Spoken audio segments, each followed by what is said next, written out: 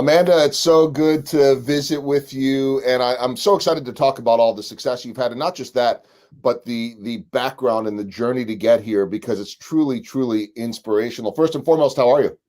I'm doing well. It's nice to be in Kansas City as we're getting closer to spring. Yes, we're as we record this in March and then April, and we're getting past all the hopefully the pandemic stuff. It's been a crazy year, but I know that you have had a year and many years of incredible growth too. So before we talk about your background and this amazing journey to get here, CEO and co-founder of Plex Capital LLC, tell me about that. Yeah, of course. So Flex Capital is a commercial finance company that I co-founded alongside with my business partner, Josh Good. Josh and I have been working together for now going on 12 years, actually 13 years, my apologies. And we had the opportunity to be part of another commercial finance company that we were able to grow to a very successful company. And so, after leaving, we decided to start something of our own. And it's been an incredible journey. We started in August of 2019. And we really just went into a pandemic when the world was shutting down. But we've had a lot of major successes. And here I am. I couldn't be more happy to be able to tell the story about Plex Capital and how that is impacting my personal life and also our community here in Kansas City. Well, let's talk about that too, because I think what really struck me when I met you, and we were introduced by Carlos Vides, who's been a past guest on the show. I would encourage everybody, if you never heard that episode, to check it out. It's episode 206, so it's a little while back, a few seasons ago. But Carlos had one of the best stories that I have told or been told to the point where it Mhm. worked its way into my book. And in your case, I know that you have an amazing story too. So I want to get there. I'm grateful that Carlos introduced us, and he said to me that Amanda Villarreal, did I get that right? Villarreal. I We love it. I we think you did we awesome. we discussed in advance the proper pronunciation, and as so often the case of those names, those Spanish speaking names from Latin American regions, there is an Americanization. So we could say Villarreal, or you could say Villarreal, or I'm going to get as close to that as I can. I'm not going to do it as well as you. But what Carlos said to me was this is an amazing woman who is just crushing it in every single way. You have to meet her. She's on the rise. So I was interested because when I met you, to me, you sort of sounded like, "Oh, I'm just getting started," and and and that to me is the sign of a champion, a winner, of someone that says, "Yeah, I've done a lot, but I've got so much further to go." Tell me about that mindset. Absolutely. It's just anyone that has worked with me or know me, they will describe me as someone very driven. To me, I'm not so necessarily focused on building, I guess, attaining materialistic stuff. It's more so testing my limits and knowing how, I guess, how I can become more. And I think that every human being has the capacity to attain any level of success. And really, the way that I look at my life right now, yes, I've made progress. Progress definitely drives me. But what I would say is, I'm just heading to the airport to take off. And that's kind of like the visual thing that I have is okay, I've been prepping my whole life, the experiences that I've had in my childhood, and then also with my career and personal experiences as well. But as I take all of that, I see that as just me packing and saying, okay, it's time for me to head to the airport and really take off. And that's really where I'm at. I don't feel that I have accomplished a whole lot. There's so much more that I want to accomplish, and I am definitely ready to just get on board and say, okay, I'm ready. Let's do it. So Plex Capital is obviously doing well. I know there's so much more that you want to do that you will do, but let's go back to the beginning too, to childhood, how you ended up in Kansas City, and I know very modest beginnings too. So tell me about that, your childhood, and how it's really affected who you are today. Absolutely. So originally from Guadalajara, Jalisco, Mexico, I came to the States at the age of 5 with both of my parents and 3 older brothers at that time. We immigrated. We came, oh gosh, in late 80s, early 90s. I can't recall exactly when, but I was about 5 years old. So it must have been late 80s. Immigrated, lived in Southern California in very poor conditions. We lived in a camping trailer for a couple years without a bathroom. So my dad had to get creative and built one right next to the trailer outside. And I had the opportunity to work at the age of 5 picking grapes in Southern California. So that teaches you a lot when you see your parents struggling and having to work with them in order to put food on the table. Um, it was difficult, but I think it's really what has made me who I am right now. So came to the States age of 5, started working at a very young age. Really, my environment was of a lot of limitations. I really didn't know anything about Johnson County or couldn't even imagine a life in Johnson County. But fast forward to 2000, my parents decided that it was time for us to try something new if we wanted to prosper and attain the American dream. So they both had family here in Kansas City, specifically in Olathe and DeSoto. They decided to pack the little belongings they had and move to Olathe, Kansas. And so I was a junior at that point and started my junior year in at Olathe North. And then from Olathe North, I started to see just different things. I noticed that my classmates had parents that were lawyers and doctors, and I was like, wow, this is different. Like, I've never been exposed to any of this. And it just piqued my interest. And so from there, I decided that I was going to go to college. No one in my family had ever graduated from high school or, for that matter, gone to college. But I was determined that I wanted to do something else and I wanted to break the cycle of my family. So I started to ask questions. I started to seek advice. And I was the first one to graduate from high school, then went on to earn my paralegal degree and then my bachelor's in management, and then finally earning my master's in business administration from Baker University. It's such an awesome story. And as you were telling it, I was wondering this. Every kid, and adult for that matter, everyone has big dreams.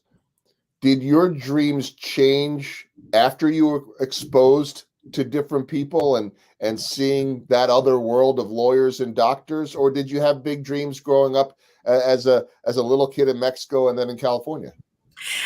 When you live in such a small environment, Joel, you have no other options. You don't think that there's anything else to the world. So you're not exposed to anything else better than that. You're on survival mode.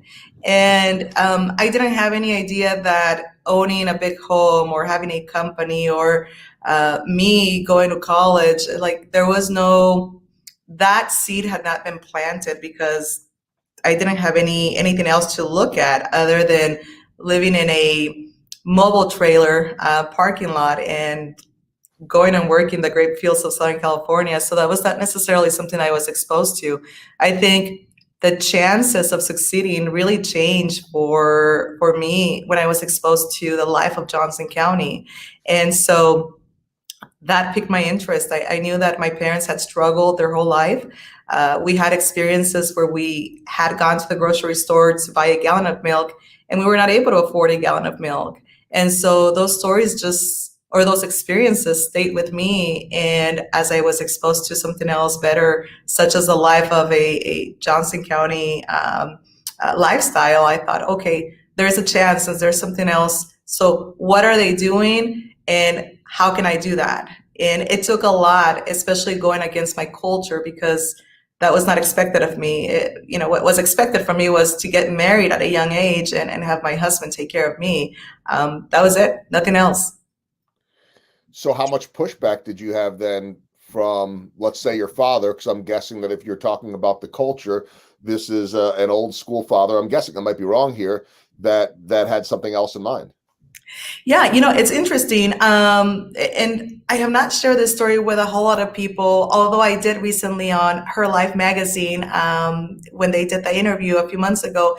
And my parents, more specifically my dad, he does have that machismo type of personality.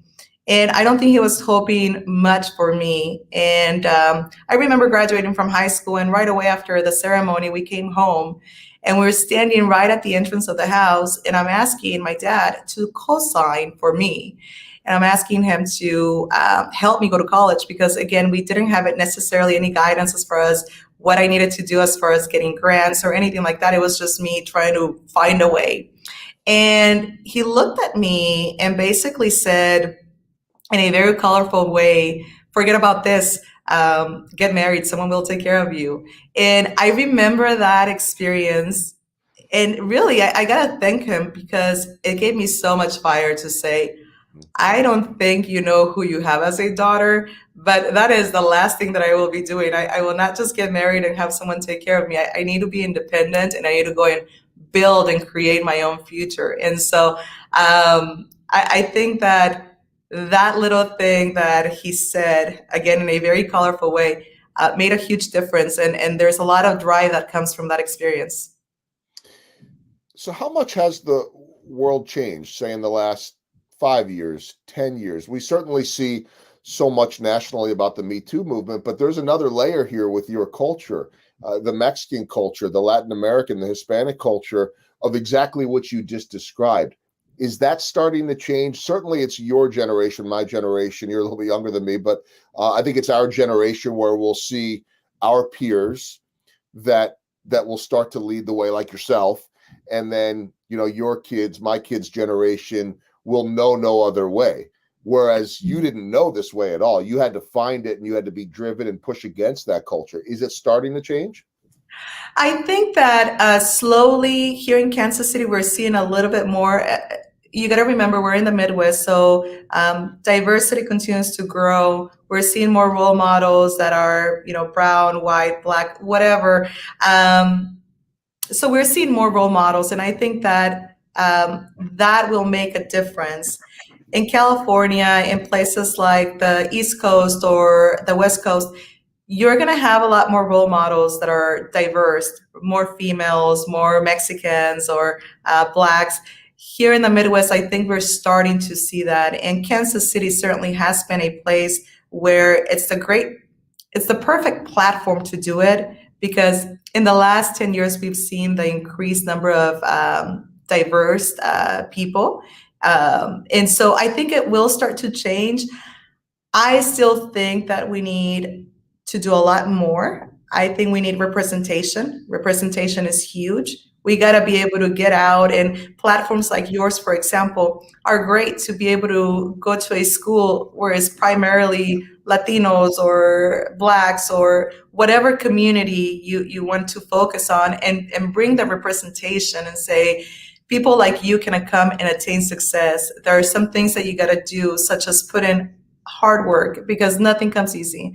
It's always hard work. It's resiliency. Is keep going. Just dreaming big and really trying to destroy the illusion that society has created for all of us. All of those systems that make no sense, right? Systems are good, but some systems will keep you at the bottom. And so being able to spread the word throughout, I think that is critical. And I really love what you're doing because, of course, kids love baseball and they love all of that. Certainly you're a well-known person here in Kansas City. And so being able to utilize your platform to go and spread the word and also bring representation is critical. And I think that we got to continue to do that. I couldn't agree with you more. And it's not just me. I'm lucky enough to have a platform because of baseball where maybe more people will be paying attention. And so that's one of the payoffs. You have a platform as well that is growing. You just talked about being a role model. So I want to go back to starting Plex Capital. And certainly if people want to learn more, they could go to plexcapital.com. But when you started this, and I always love this question, what were your goals when you started it? And what are your goals now? Oh, God. It's quite interesting. I had the opportunity to gain a lot of experience in the corporate world from various different companies that I work with, but one in particular that I worked the longest with. And, it's quite interesting because I never thought about owning my own business. I thought being at the executive level that I was with that company, that I had made it, and I could have not been more wrong than ever. And so when I left, it just kind of opened up a lot of opportunities for me. And so when we started, we said, we're going to go do it. But we're going to go do it big. So we're willing to commit the next 15 years to go and build something that is going to be of substance. We want to build a company where people can come, be as authentic as they are, be able to grow, be able to provide for their families, and a company that is well known and respected for being human, for being able to treat their employees the right way. And so, what we also said was we want to go and build a huge company. We have a number in specific. I will not be sharing that number, but there is a specific number that we feel we will be able to say, okay, we did it. And we feel very comfortable saying that we can attain that within the next 5 years. And it is a pretty lofty number. So that hasn't changed. I would say what has changed for me is just the unlimited potential we have to make an impact in our community. And when I say our community, it's not only here in Kansas City, it's nationwide and possibly international as well. Um, I thought I thought about every aspect of the business. I thought about how I can make an impact. When I think about what the company looks like in 15 years, I think more so about how our success will impact the legacy that we can leave behind.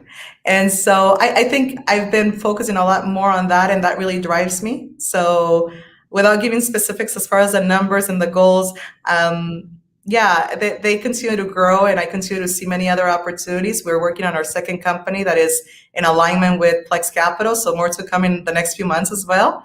And it's just kind of like it has become kind of like a limitless type of deal for me. Yeah. So what do you view as your why, as your purpose, or maybe put simply, what do you love about Plex Capital and what you do every day?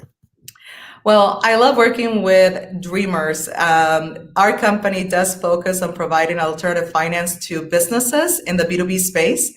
So, if you are a brand new entrepreneur that is servicing another business, selling services or goods to another business, more than likely it's going to be difficult for you to obtain financing. And so we, Plex Capital, we go and provide financing to all of those businesses that are not bank ready. Maybe they're too new, or maybe they're growing too fast, or maybe even with COVID, their line of credit has been decreased and now they need to find capital elsewhere.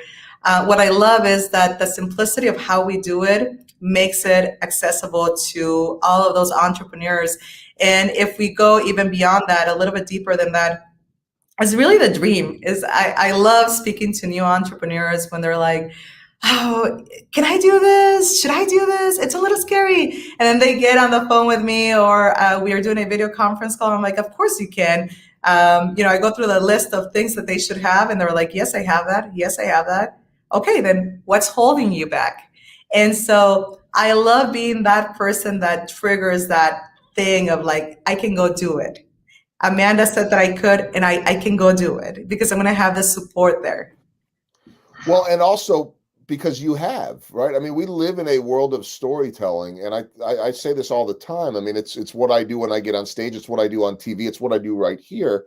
Is I'm a storyteller, and we all, in some form or another, are a storyteller. But when you can share with those young entrepreneurs, and they may not be young, by the way, either, first time entrepreneurs, they have that trepidation, they have that fear of jumping out of the airplane, so to speak, and we'll get to that a little bit later. But you could share your story. I would imagine that helps too. It does. It's interesting because I don't necessarily go into selling mode as soon as I meet someone. I like to get to know that human being. So many of the times when I have that first introduction, we don't even talk about financing. We talk about that individual's dreams and what's driving them, and really getting into the emotional side of things where it makes that connection. And of course, I share a little bit about my story. And at that point, everyone has their guard down. No one is selling to anyone. It's more of like, hey, Joel, well, tell me more about who you are and what led you to this, and about your family, your kids, and what's your story. We all have a story. And people people like being asked about their story. Oh, maybe not always. I mean, sometimes it's not a story they want to tell, but when you can build that trust, it goes so far. Okay, my baseball themed questions now brought to you by Kissick Construction, trusted team, reliable partner. Check them out at kissico.com. For you, professionally speaking, now in this very successful and still growing career, what's the biggest home run you've hit? Plex Capital, for sure. Yes, yes. I would say Plex Capital has been the biggest. I might have mentioned this earlier. I thought I had made it when I was in corporate America. I was blind. I was blind. I was in a cage that, I mean, it just it limits your view of what could be. And I would say when I opened up Plex Capital, everything became just limitless. There's nothing that you can tell me I can't do, because I will show you that I can. And it's not a matter of proving you; it's a matter of proving me that I'm Mm, capable of doing it. very powerful. And look, I hear so many people that consider themselves, recovering corporate world people. There are many others that thrive in that setting too. It's just not for everyone, and it sounds to me like you figured that out. Yes, yes. I think that's one of the biggest blessings, to be able to figure that out, especially in my mid 30s. I think that, I mean, I couldn't be more thankful for that experience. As shocking as it was, it allowed me to open up and see a world full of possibilities, where now I'm so ingrained in the community and building Plex Capital, and just it's just a different world, Joel. It's hard to explain, but I would say that that is my biggest home run, opening Plex Capital. Yeah. All right, so how about a swing and a miss, and what did you learn from it? Oh my goodness. So full disclosure, I did get married at a very young age. I think I was trying to escape that culture that I was telling you about, the Mexican culture of like, you're going to get married, have kids, and forget about everything else. I was married by the age of 17. And so that taught me a lot. I would say that I'm divorced. And so I have a 17-year-old son and a 7-year-old.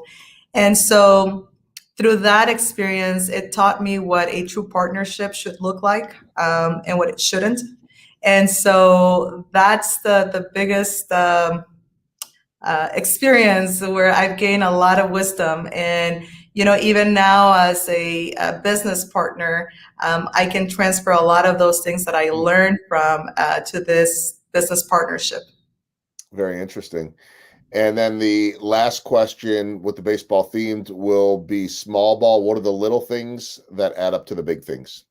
There's several things. So especially in 2020, we all learned so much with COVID, and still going, right?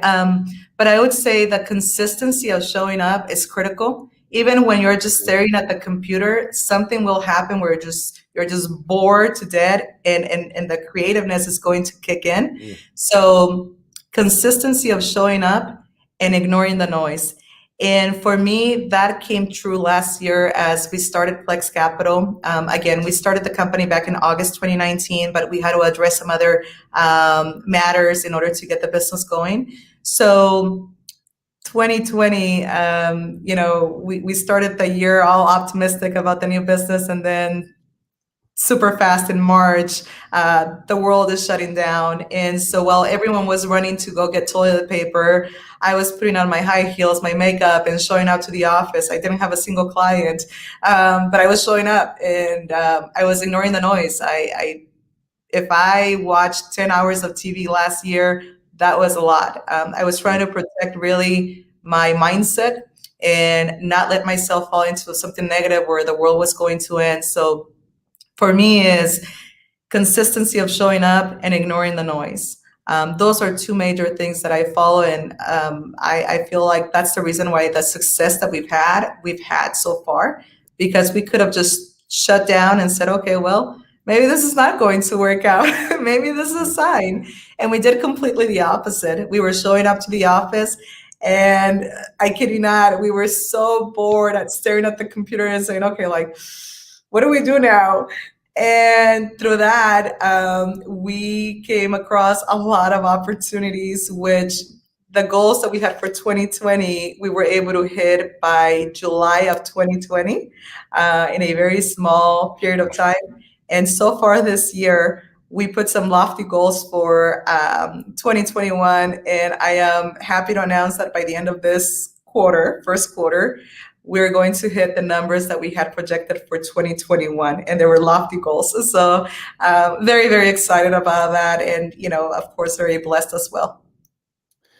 Amazing. A great lesson that while we sometimes have to press the pause button, that doesn't mean we need to stand still. And so there are a lot of people that needed to back down or back away, but there are so many stories like yours, and I experienced it too, where it was like, in my case, okay, I'm out of work for baseball.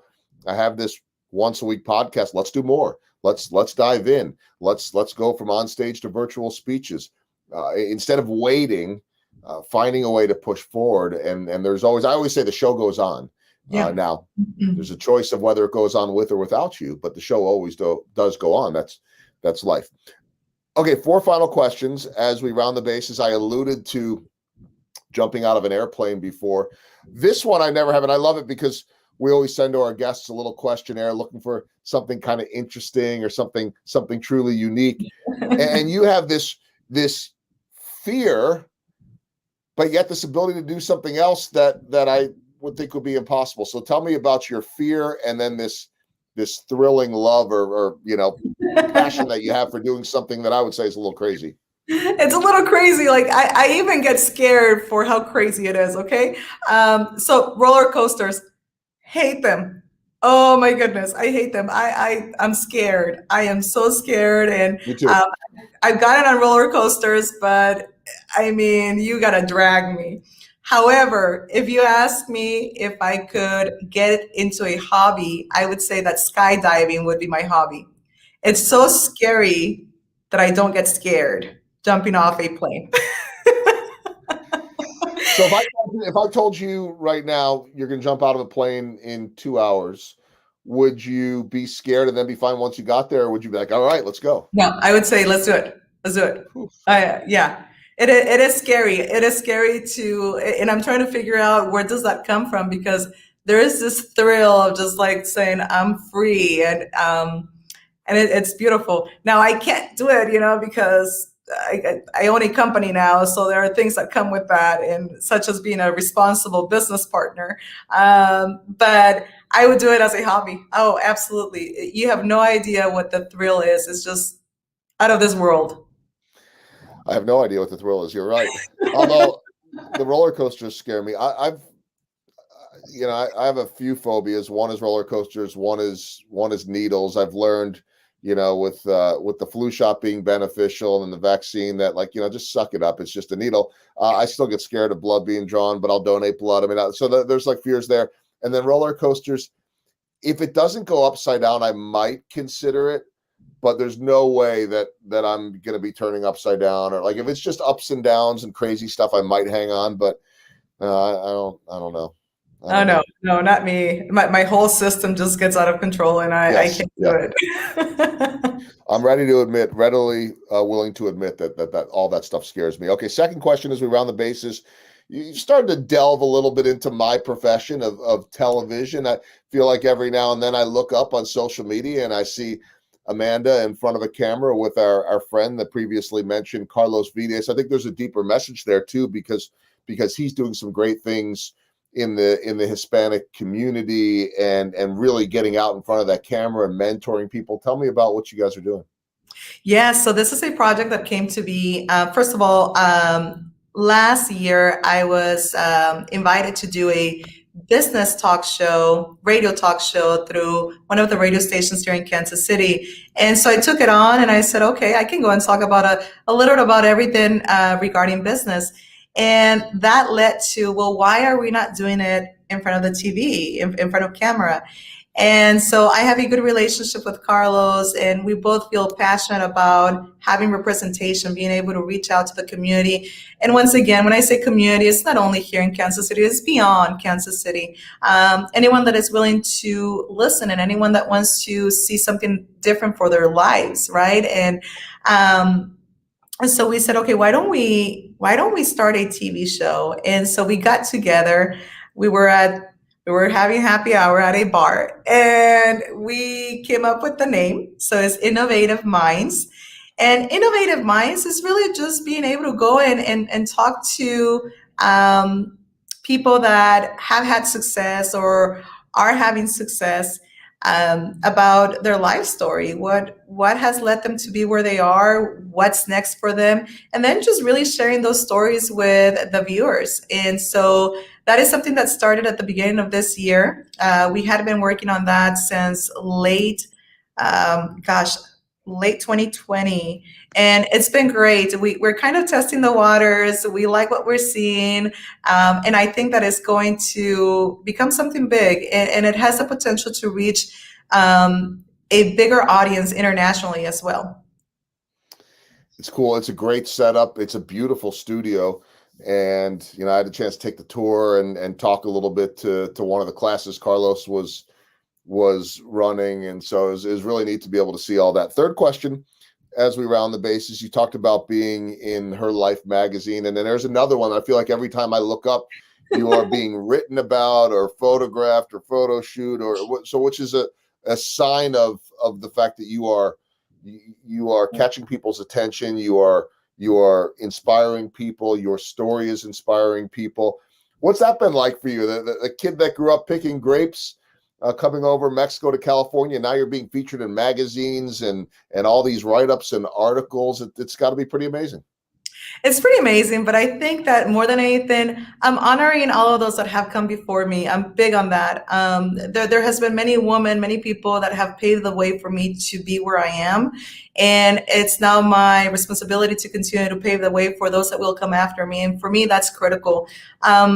If it would have been a few years ago, I think there would have been a little bit more ego involved. But to me, I've left the ego behind. It's really more of just being grateful for the opportunities, and if you could see how sincere I am, I mean, like I embrace humility, and I embrace all the opportunities that God has given me, because that's not me, that's him. I'm a believer, and I think that he put me here to make a difference, and I want to honor that to the best of my ability. So as cool as it is to be on the in the magazine and do all of those things, that's great. But I see it as an opportunity to go and hopefully inspire other people to be more, and do more. Because my whole thing about this is just, I don't want to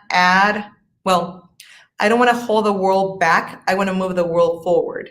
And so everything that I do is making sure that I am not costing you more money or anyone else. Like, I want to be able to say, in the end, yes, I pulled my own weight with the help of many people, but I didn't necessarily drag everyone down. And so it's with a lot of humility and a lot of grace that I take on everything that all of the magazines and all of the different publicity that I'm getting. It's just, I take it on with a lot of humility and a huge responsibility as well to continue to be the best version of Amanda. It's going to serve you well for the rest of life and in business. You know that. I don't need to tell you that. But there comes a point where you just, you could be the most driven woman or man, whatever, and be winning every single day. But you're a little bit younger, and then you just get more mature, and it's what we always say in sports: act like you've been there before. And then there are those that act like they've been there, and there are those that are celebrating like this is the greatest thing ever. And it just sounds to me like you've, in the most humble of ways, found that sweet spot where you could be humble but still incredibly driven. You understand that you've worked for all of this, yet you're not satisfied, you're not complacent yet, and you have this great appreciation. It's such a beautiful combination of traits to have, which leads me to the final question, the walk-off. You talked about role models, and especially female role models in the Latina community, and maybe those are more evident or in greater numbers on the coasts, as you mentioned, growing here in a place like Kansas City, which has a wonderful Hispanic population. But how much of a responsibility do you feel in being that role model? Oh, it is huge. It is absolutely huge. And that's the reason why I decided to get involved with Innovative Minds, the show that Carlos and I are doing, because I think that it is critical. It is my responsibility to get out there. And it's not only with Hispanics, it's with everyone. I think that we all need that role model. I myself, I have never had someone come and mentor me, but strategically speaking, but I've selected my role models. Oprah Winfrey is one of my top role models that whenever I'm down, I pick up a book or I listen to one of her shows. Um, Steve Jobs is another role model for me. And so, even though I have not had anyone strategically be my mentor or my role model, I've adopted those role models. But not many people know how to go about it. So it is my responsibility to be able to get in front of all of the, all the youth, and not only the youth, everyone that is wanting a better life for themselves. So it's something that I embrace, and I think that in the near future, you will see me on stage talking a little bit more about that. And then also through a book that hopefully will be released by November, which I'm pretty excited about that book as well. Yeah, I know a little bit about that, not a lot, but I know it's in the works. So we'll have to keep our eye out for the book. Amanda on stage is something that I believe will be a great thing, and something that we all and audiences can see for many, many, many years, to be able to share your experiences and strategies and inspiration. One quick final follow up here on everything that you've just talked about too. And I don't know, so forgive me if this is sensitive, and I don't know if your parents are still around or not, but I'm just curious what your family thinks about everything that you've accomplished. Oh, well, great question. My parents, they live in Olathe. My whole family lives in Olathe, and I'm very close to them. We don't talk much about my career. It's my father, when he's a little under the influence, he'll get a little sentimental, right? And because that's the machismo side of him. He won't tell me when he's not drinking, but when he's drinking, the emotional side will kick in, and he'll come and give me a hug and just say, I'm very proud of you. I don't think they understand really everything that I'm involved in and what I'm doing. I don't talk much about it because I try to keep our relationship, especially with my siblings and my sisters-in-laws and all of them, where whenever I see them, it's not to talk about my success. Yeah, It is to embrace each other and just talk about life, but not necessarily all about Amanda. Certainly, they see the publications, and my mom, she's funny. She has copies of the magazine everywhere, of course. and when it came out, she went and showed her coworkers, and they're like, "She's your daughter?" And she's like, "Yeah, she's me, my daughter." So like that's the extent. But I don't talk much about really anything related to my career other than I'm enjoying what I'm doing, and to my children I do, so they see everything that I do and they ask questions, but my son, my 7-year-old, will be glad that this one is in English, because every time that I show him one in Spanish, he's like, I don't understand, why are you not doing English ones? Like